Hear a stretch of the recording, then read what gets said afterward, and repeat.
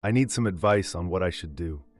This is going to be pretty long, so make some popcorn and get comfortable. My husband, 33-year-old male, and I, 33-year-old female, have been together for over 12 years, married for over 5 years. We have 2 children together. The older is 4 years old and our baby is 6 months old. My husband is American and I'm from Europe, and we live in my home country. We did long distance for about 4 years before he moved here to be with me. My husband Jason started a new job last fall and was working really long hours. I spent most days just trying to manage the kids, the house, the dog, and our other animals.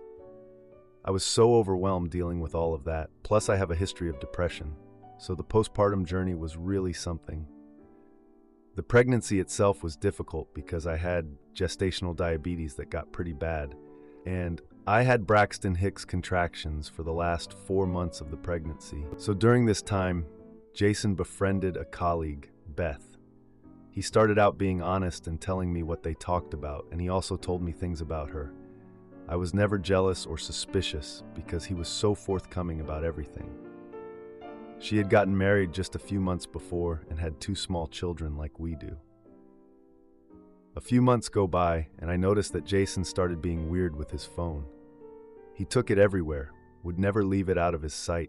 He was also texting a lot more than normal and smiling at his phone. He and Beth were also having secret conversations where you could only read the messages once, and then they would only say that it had been delivered. At this point, alarm bells started going off, and I asked Jason point blank if something was going on between him and Beth. He promised there was absolutely nothing going on, and the messages were about work. Beth had a work phone, and the company could supposedly access the messages, so they did it this way to not get her in trouble. She was also having some issues with her husband, and Jason was trying to be there for her. The feeling that something was off just wouldn't go away. I kept trying to convince myself that I was crazy and imagining things. He was still weird about his phone, so I told him that I feel like I was going crazy and I need him to be honest. At this point, he told me that a few days before, Beth had confessed that she had a crush on him. He said he was upset because she was his friend and confidant, and now he couldn't continue talking to her the same way. I was sort of relieved because I wasn't crazy. The following weekend, Jason was going to his work Christmas party in the big city close to us. It was also his goodbye to everyone because he quit. I had previously warned him to be careful around Beth at the Christmas party because she was sad and they would all be drinking. The night before, I woke up in the middle of the night and had just the most awful feeling, so I went through his phone. We've always had full access to each other's phones, passcodes and all. I found an archived chat where Beth told him she loved him. His reply was, "I love you too. Good night, beautiful 3." I was heartbroken and livid. I woke him up at 3:30 a.m. and yelled at him. I called him a liar and a cheater. I told him that I deserved better than this, and I couldn't believe he would do this to me, to us. My parents divorced because my dad cheated on my mom, so cheating is a really sensitive issue for me. He had also been caught texting 2 other girls before, once in the very beginning of the relationship, and then about 2 weeks before our wedding. I was able to forgive him for these after a lot of talking and a lot of work. Those had also never progressed to even close to this point. Jason said he didn't know why he had told her he loved her too, because he didn't. He said he suspects it was a reflex, and it was right before bed, so he was tired and out of it. It sounded like he was still planning on going to the Christmas party, which was an overnight trip, by the way. I told him I couldn't guarantee that me and the kids would be waiting for him at home if he went, so he stayed. There was so much arguing for the next couple of days, and he also confessed to having a crush on Beth. She would not stop texting him during the weekend and actually sent him a long message where she basically said goodbye and that she was sad he didn't come to the Christmas party and missed seeing her in lingerie she had gotten just for him. Jason was visibly shocked. He had told me earlier that they had agreed to never take what they had any further because neither of them were willing to leave their family. Beth's texting got to the point where I texted her off of his phone, first as myself and then as Jason. I know that pretending to be him wasn't good, so I told him exactly what I did and said, which was basically leave us alone and stop texting. I asked him to block her on everything because they were not platonic, and she couldn't stay in his life if he wanted me to. He gave me his phone to keep for the time being, so that he couldn't secretly text anyone from our spare bedroom where I told him to go sleep. I was probably too lenient and let him come back to our room the next day. The next Monday, he had to go to work to sign some paperwork about overtime pay. He was supposed to hang out with another colleague, a man, that night, but it got moved to the following day. Jason said he needed someone to talk to. I was freaking out when he went, but managed to calm down after talking to my mom. He kept texting me updates about what was going on, and then when he was coming home, he again told me openly what they had talked about, so no worries there. However, the day after, he took the dog for a walk, and when he came back, he got on his computer. He has an iPhone and a MacBook, so they're connected, and there was a weird notification that popped up. It got on his phone and found a deleted conversation between Jason and Beth. Apparently, she had a second number that I didn't know about. The texts were about meeting up the day before. He said he changed his mind and came straight home instead. He had also texted her pretty much as soon as he could to tell her that it wasn't him texting her. I felt like he had stabbed me in the back. I don't expect him to always agree with me, but I do expect him to always have my back. But he didn't. I think this hurt more than finding out about his emotional affair. I gave him a few options. 1, let's get an amicable divorce, and he can go be with Beth, and we'll split custody of the kids 50-50. 2, we stay married and work hard at it, and he has to cut Beth out completely. No contact whatsoever. 3, if he chooses number 2, and I find out he lied and kept in contact with Beth, I would not only divorce him, but also ask for full custody of the kids. He chose number 2 because he says he's still in love with me and wants us to stay as a family. We've started going to couples counseling because we have a hard time communicating. We always end up getting defensive, and it devolves into an argument. He also ended up locking me out of his phone by changing the passcode. He said that he felt like he had no privacy, and he didn't trust me to not go through private conversations like the one between him and his dad. Apparently, one of our conversations was very similar to the conversation he had with his dad, so he thought I snooped through it, which I didn't. I feel like it's a bit backward that he doesn't trust me after all of his lies. During our first counseling session, I said I wasn't sure if I want us to be together or not. I love him. He's the love of my life, my best friend, and the father of my kids. But he broke me. He broke my heart and my trust. He's apologized sincerely, but in the 2 months since I found out, I haven't really seen any actions to support this. How can I be sure he won't do this to me again? I don't know how much of me would be left if I had to go through this again. And don't worry, I'm not talking about unaliving myself. I have 2 kids that need me here. They keep me going. I'm wondering if what we had was enough to justify putting in months, maybe years worth of work into getting past this if he's just going to do it again. Do I stay and show my kids that some things are worth fighting for even though I'm unhappy and feel broken right now? Or do I show them that this is not okay in a relationship or marriage and get a divorce? Now, for a few comments before the update. Comment 1. They said they wouldn't take it further, but she brought lingerie just for him? Girl, come on now. You know he had a full-blown affair. The audacity to imply he doesn't trust you when he's the cheater is astounding. He's still talking to her, and more than likely still meeting up with her. Contact her husband, then leave yours because he's a serial cheater. Comment 2. He has locked you out of his phone. That's a deal breaker for me. He hasn't earned the trust back yet. He has been untrustworthy more than once. What guarantee do you have that he's not still contacting her? It's not like you can trust him. Do they still see each other every day at work? Now for the update. Hey everyone, thanks for all the comments on my last post. I really appreciated the support and advice. I've got a lot to update you on, so here we go. After my last post, things took a turn for the worse. Jason and I were trying to work through things, but it's been a roller coaster. We've been going to couples counseling, but it's been tough. We're both trying to be open, but the trust is just shattered. Let's rewind a bit to give you some context. Jason and I met in college when he was an exchange student. We hit it off instantly, and even after he went back to the States, we kept in touch. Those 4 years of long distance were tough, but we made it work. When he finally moved here, it felt like a fairy tale come true. We got married, had our kids, and built a life together. But now that fairy tale feels like it's crumbling around me. Back to the present, Jason's been trying to show he's committed to our marriage. He's been attentive, helping more with the kids, and doing his best to be transparent. But I can't shake the feeling that something's off. It's like when you're trying to piece together a puzzle, but you know there's a piece missing. Then last week, I found out about the missing piece. I was cleaning the house and found a burner phone hidden in the back of Jason's sock drawer. My heart sank. I confronted him, and he admitted that he'd been using it to contact Beth.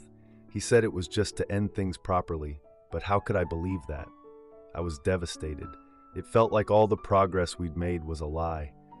I remembered how, before all this mess, Jason would surprise me with little notes and flowers just because. Now, those memories are tainted with the knowledge of his betrayal. The confrontation was explosive. I demanded to know everything, and he finally came clean. He and Beth had met up once after he said he'd cut off contact. He claimed nothing happened, that he realized it was a mistake and left. But how could I trust anything he said? I was reminded of the time, years ago, when Jason had been distant, and I found out he was struggling with his mental health.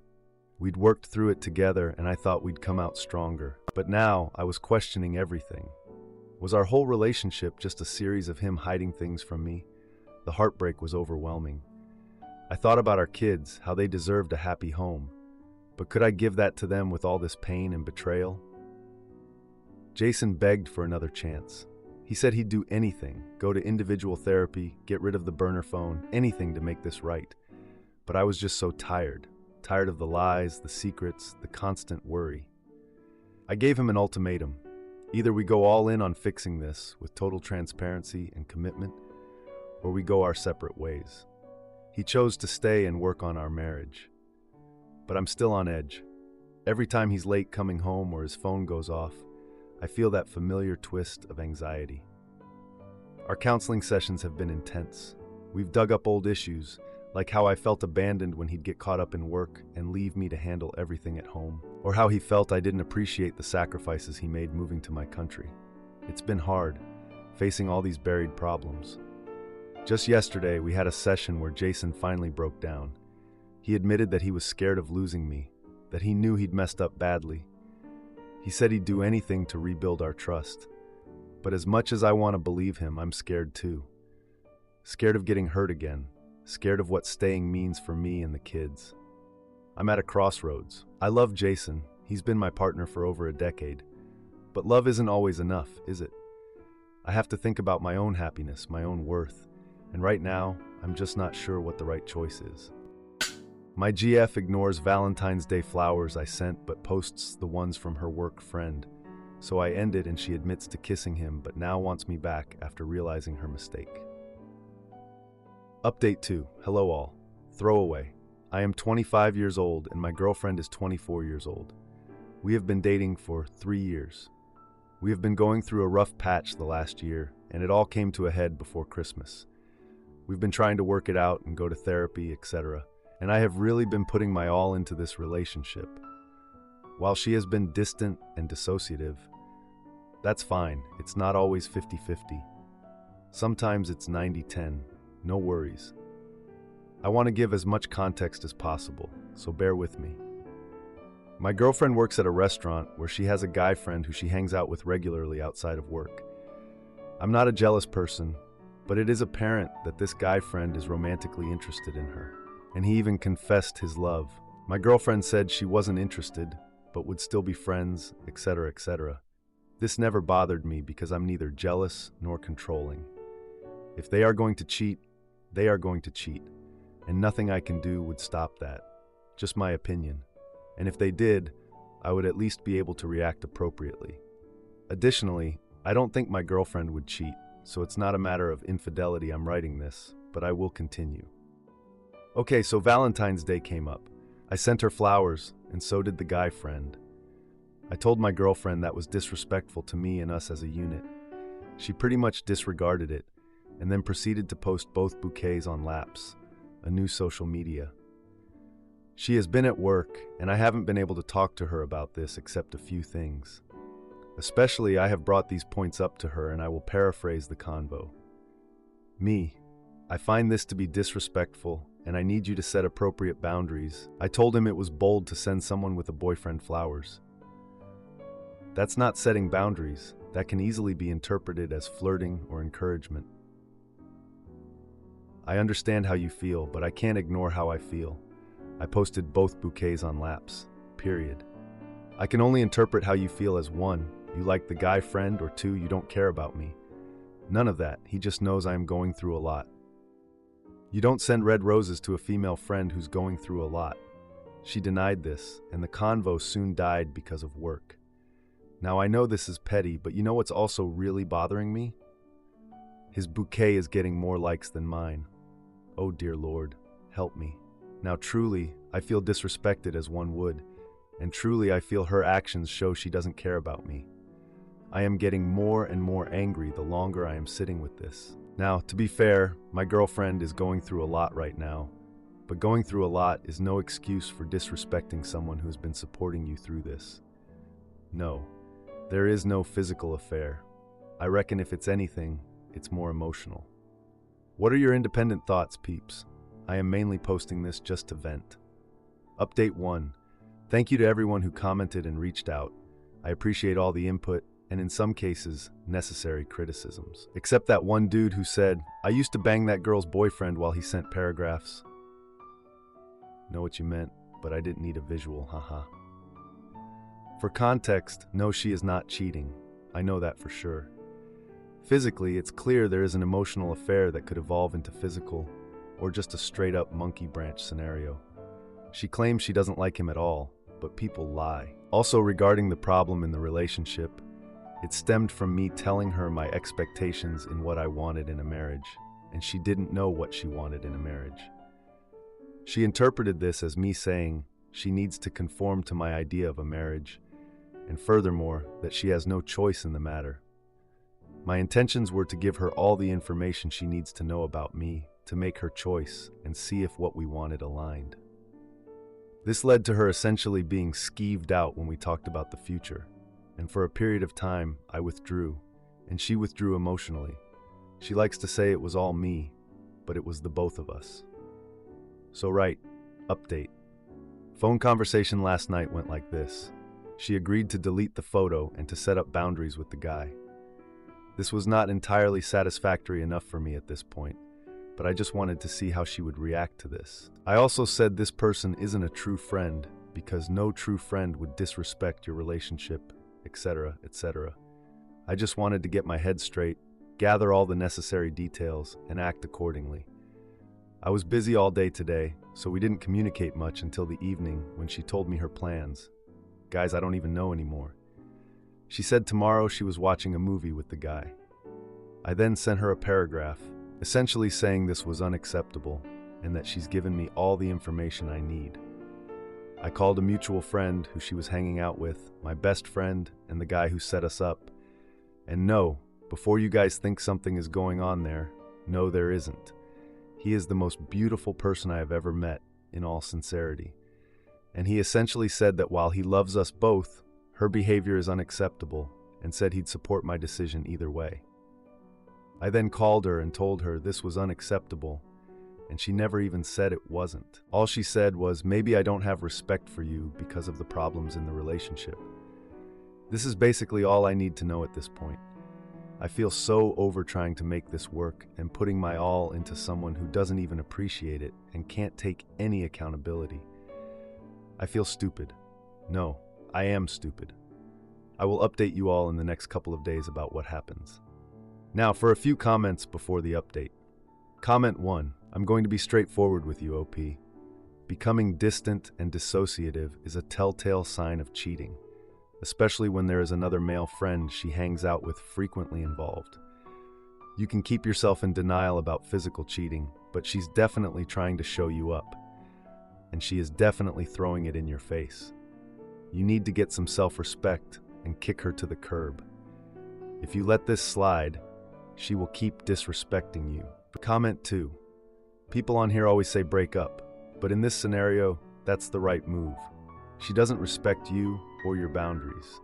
She's 100% leading this guy on, or, on the flip side, she's always cheated or is cheating with him. Your gut is telling you something's wrong, and I think in this situation, you should trust it. I worked in restaurants for a long time, and if you have to, you already know what's going on. Sorry, man. Now for the update. Hey everyone, a lot has happened since my last post, and I've got to fill you in on the ride of the past 3 days. So, after I ended things with my girlfriend, I thought that would be the end of it. But boy, was I wrong. The day after our breakup, I ran into her at the grocery store. It was awkward, to say the least. We did the whole "how are you" dance, and she mentioned she was meeting the guy friend for coffee later. It stung, but I kept my cool. Later that night, I got a call from her, which was unexpected. She was crying and saying she made a huge mistake. She confessed that after our breakup, she went to the guy friend for comfort, and one thing led to another. They kissed, but she immediately regretted it. She said it made her realize that she really did love me and that she was sorry for everything. I was floored. I didn't know what to think. Part of me was angry that she had to kiss this guy to realize her feelings for me, but another part of me was just sad about the whole situation. I told her I needed time to think and hung up. The next day, I met up with my best friend, the one who had set us up originally. He was shocked to hear about the kiss, but told me something that made my head spin. He said that a few months back, my ex had confided in him about feeling trapped in our relationship, and that she had developed feelings for her guy friend. He had advised her to talk to me about it, but she never did. I was hurt that my best friend knew and didn't tell me, but he explained that he was in a tough spot and didn't want to betray her trust. He also said he thought we could work it out. I wasn't sure what to do with this information. That evening, my ex called again. She was apologetic and wanted to meet up to talk things through. I agreed, and we met at a park the following day. She poured her heart out, saying she was confused and scared about our future, which is why she got close to the guy friend. She admitted that she had been unfair to me and that she wanted to try again, but only if I could forgive her. I was torn. On one hand, I still had feelings for her, but on the other, I felt betrayed. I told her I needed more time to think about everything. When I got home, I found a letter in my mailbox. It was from the guy friend. In it, he apologized for his actions and said he was stepping back. He admitted that he had feelings for my ex, but realized that he had crossed a line and didn't want to be the reason we broke up. This whole situation has been a mess. I've been doing a lot of thinking about what I want and whether I can move past this. It's hard to imagine getting back to a good place after everything that's happened. Ex-girlfriend's new BF scares our baby, so she calls me for help, and we set boundaries, but I'm still fighting to be the dad my daughter deserves, despite the chaos. My ex gave birth to our baby girl, who I am proud to say is my daughter. The pregnancy wasn't exactly the best, as there was a lot of back and forth between us on many occasions. But somehow, she convinced her parents to let me stay with her for 6 weeks after I requested to, and they said no. She lives with her mother and stepfather, by the way, in a city that's 3 hours away from my house. Fast forward to leaving the hospital and living in her parents' place a couple of days later. The argument began with me trying to clean up to make sure I'm contributing to the household since I'm living there rent-free. My ex fell asleep on the couch while our daughter was also asleep, on a blanket on the couch next to her. I finish what I was doing, and I go to pick up my daughter and take her to her bassinet so I can be in the room with her and watch her while she's asleep, but also to allow my ex to get some much-needed rest after pushing a baby out. She wakes up and yells at me, and I explained to her that I was going to watch our daughter while she slept since she seemed tired and exhausted. My ex says that her and our daughter sleeping next to her was her way of spending time with our daughter. In my opinion, you can't watch a baby who's sleeping on the couch when they aren't supposed to because of the risk of SIDS while being asleep. This leads to a whole blow-up, and I'm in tears, but trying to keep my composure because I'm feeding our baby, trying to explain to her that as the father, I should be allowed to watch my own child if we're under the same roof, especially if she's trying to get rest in and the baby isn't in her proper bedding. My ex then tells me how she doesn't want to hear me crying and that she thinks her emotions are more important than mine, despite me crying out of frustration over the safety of the child and a parental right. So, to appease the situation after her parents then got involved and came into the room, I left back to my own house. 2 days later, I'm back at my house, and I get a call from her saying our daughter, who is a week old, is in urgent care because her 5-year-old cousin, my ex's nephew, kissed her on the eye while holding her. I went off and said how a 5-year-old shouldn't be holding a child, especially when the child has a history of struggling with cleanliness and germs. My ex disagrees with me and says how he's allowed to hold her because he's family, and it again frustrates me because I feel like it's her fault it happened in the first place. Now, out of voicing my frustration and concerns, and saying how I don't think a 5-year-old should be around a 1-week-old, she starts crying, and her stepfather steps in to threaten to press charges against me. How do I get her to see that my concerns are valid and that they should be considered? Now, for a few comments before the update. Comment 1. She just had a baby, and you want all the smoke. Why on earth would you be in all of these arguments with someone who just had a baby? Do you want her to develop postpartum depression? Would that help your child? Thinking that you know what's best for her and insisting on whatever that isn't a form of communication or care. She convinced her parents to let you stay after you've clearly had conflict before, and you're supposed to be there to help. This isn't helping anybody. It would be better if you had formal visits.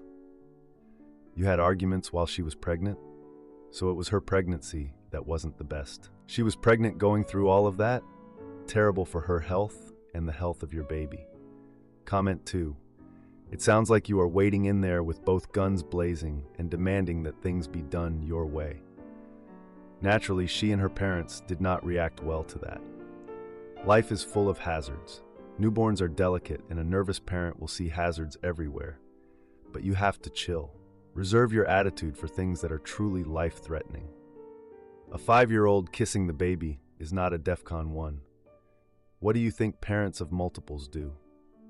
I am curious about why the baby was in urgent care. It was just because a cousin kissed her. What were her symptoms? Now for the update. Hey everyone, thanks for all the comments and advice on my last post. It's been a rough 3 months since then, and a lot has happened. I wanted to give you all an update on the situation with my ex and our baby girl. After the incident with our daughter ending up in urgent care, things between my ex and me got even more strained. I was still reeling from the fact that her nephew, who has a known issue with cleanliness, was allowed to hold our newborn. It was a situation that could have been easily avoided, and it was hard for me to not feel frustrated about it. In the weeks that followed, I tried to mend fences. I wanted to be there for my daughter, and that meant finding some common ground with my ex.